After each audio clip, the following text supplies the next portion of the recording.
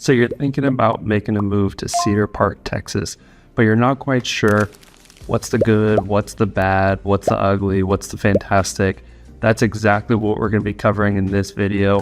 We're going to be talking about the best things about Cedar Park, Texas, and we're going to be talking about the worst things about Cedar Park, Texas.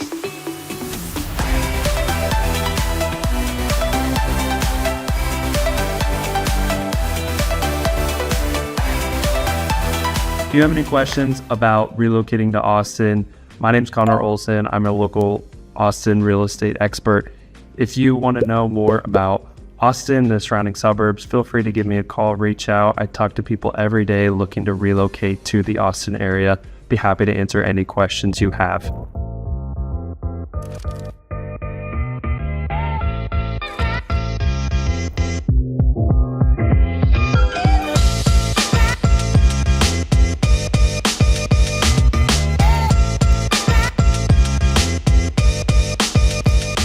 So Cedar Park is the first suburb to the northwest of Austin, just right up 183. That is a highway that cuts from the northwest to the southeast of Austin. And that brings us to our first pro of Cedar Park is the location. The location of Cedar Park is fantastic if you are looking to commute to downtown. It is approximately 25 to 40 minute commute depending on what part of Cedar Park you're in. So it's definitely a more manageable commute for a lot of people that are relocating to the Austin area.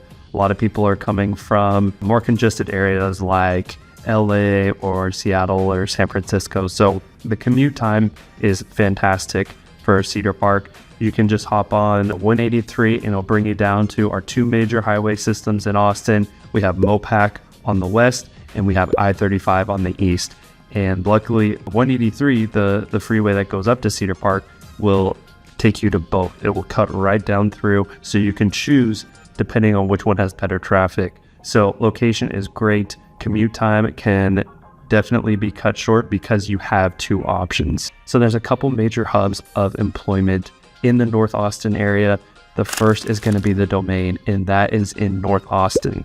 There are a lot of tech companies that have offices in the Domain, companies like Amazon, Facebook, Charles Schwab, Verbo, Indeed. A lot of these tech companies have offices in the Domain, and the Domain is actually Northwest Austin. So if you're thinking about your commute and you have to commute to the Domain, Cedar Park is a great option because it might be 15 to 25 minutes to get from your home in Cedar Park to the Domain, whereas if you're looking to commute to downtown, you might need to add an extra 20 minutes depending on what part of downtown and the typical traffic that you might need to encounter. So the location is great if you have to commute to the Domain in Northwest Austin. Another big employer in the North Austin suburbs is Dell.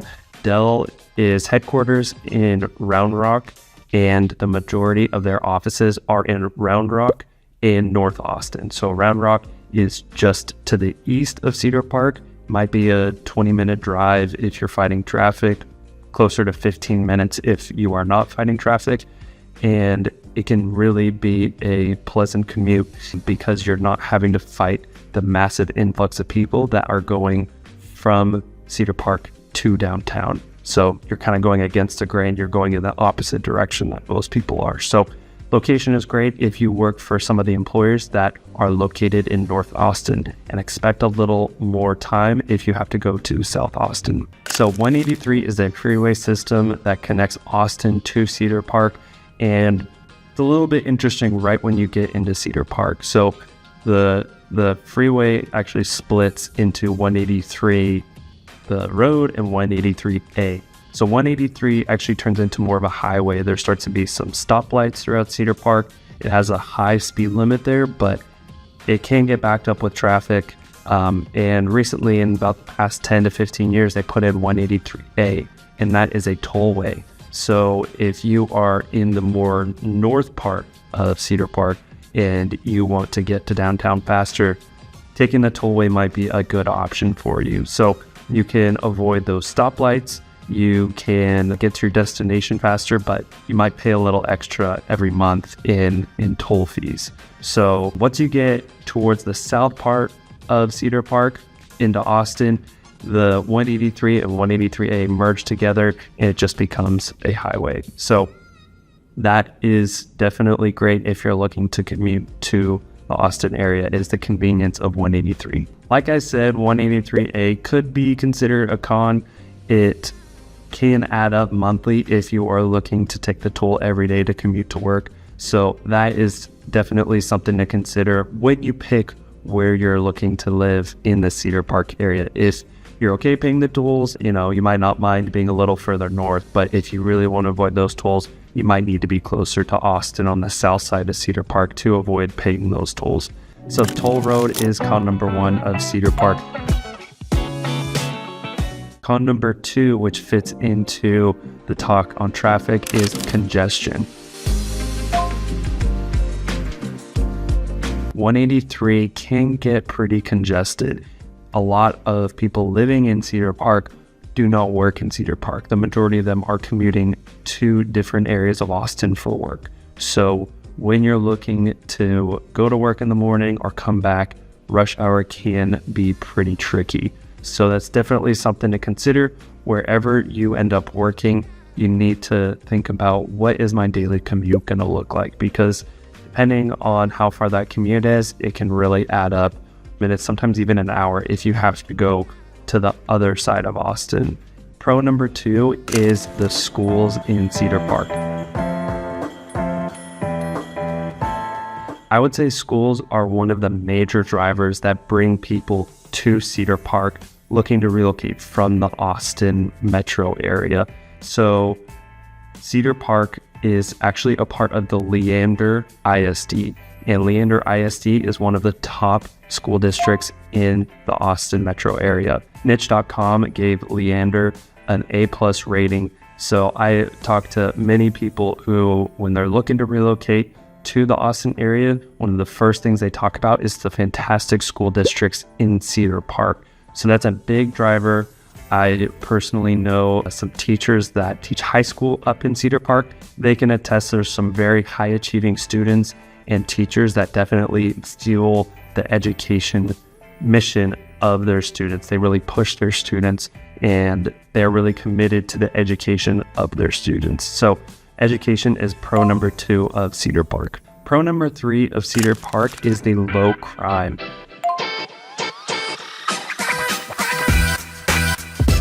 Cedar Park has significantly lower crime than various parts of Austin because it's a little more removed and typically is a little more expensive to live in.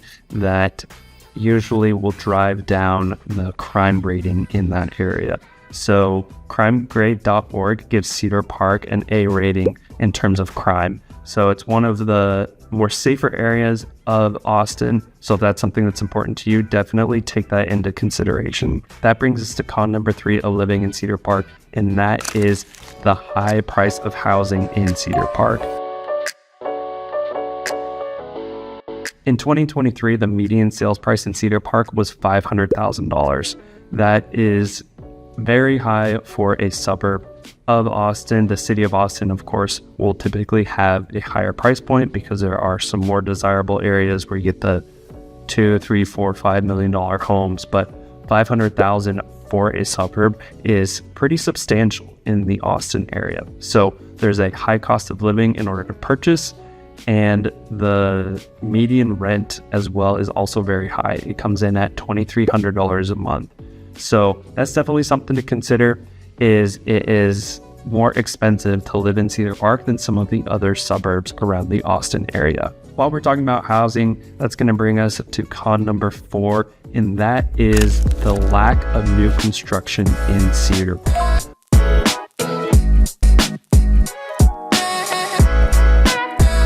I talked to a lot of people recently that are very attracted to Cedar Park for the schools, for the low crime, and they are looking for a new construction home.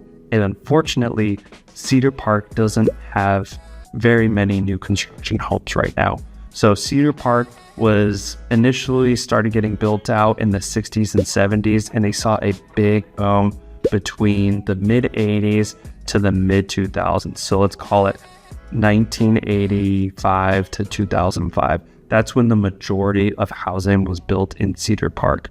And since 2005, it has somewhat declined, and at this point, it has just remained steady. Throughout the 2010s, it slowly declined and kind of dropped off towards the end of the decade.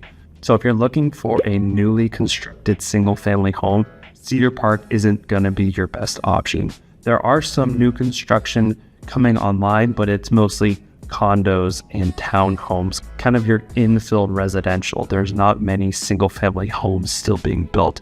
The city is pretty built out at this point. So if you're okay getting an older home, like I said, vast majority are probably going to be between, the 90s and the early 2000s. So you can definitely find a home that still, has a lot of life left in it. It might be a little outdated, but they're starting to be renovated because typically every 20 to 30 years a big renovation comes in on a home. So there are still ways that you can get a home that feels new, but if you're truly looking for that new construction home, Cedar Park is not going to be your best option. On to the last pro of the video, and personally my favorite point of Cedar Park, and that is the fantastic parks system. Cedar Park has some amazing parks. Cedar Park has over 1,000 acres of parkland spanning over 40 parks. They have 2 community gardens, a clubhouse, basketball courts, 8 tennis courts, 3 swimming pools, a water playscape, a recreation center, a skate park, and much, much more. So if you are looking for some nature, if you have young kids and you need a lot of parks to take them to because they get tired of going to the same old parks, Cedar Park is a great option. Just last week, I went to one of my favorite parks, and that was Brushy Creek Lake Park. And it had been probably about a year and a half since I'd been to this park, but it was amazing. The bluebonnet wildflowers had just come out. It was a nice spring evening. The pond was full of people fishing. There was someone out kayaking. There were a ton of people running on these dirt trails and riding their bikes.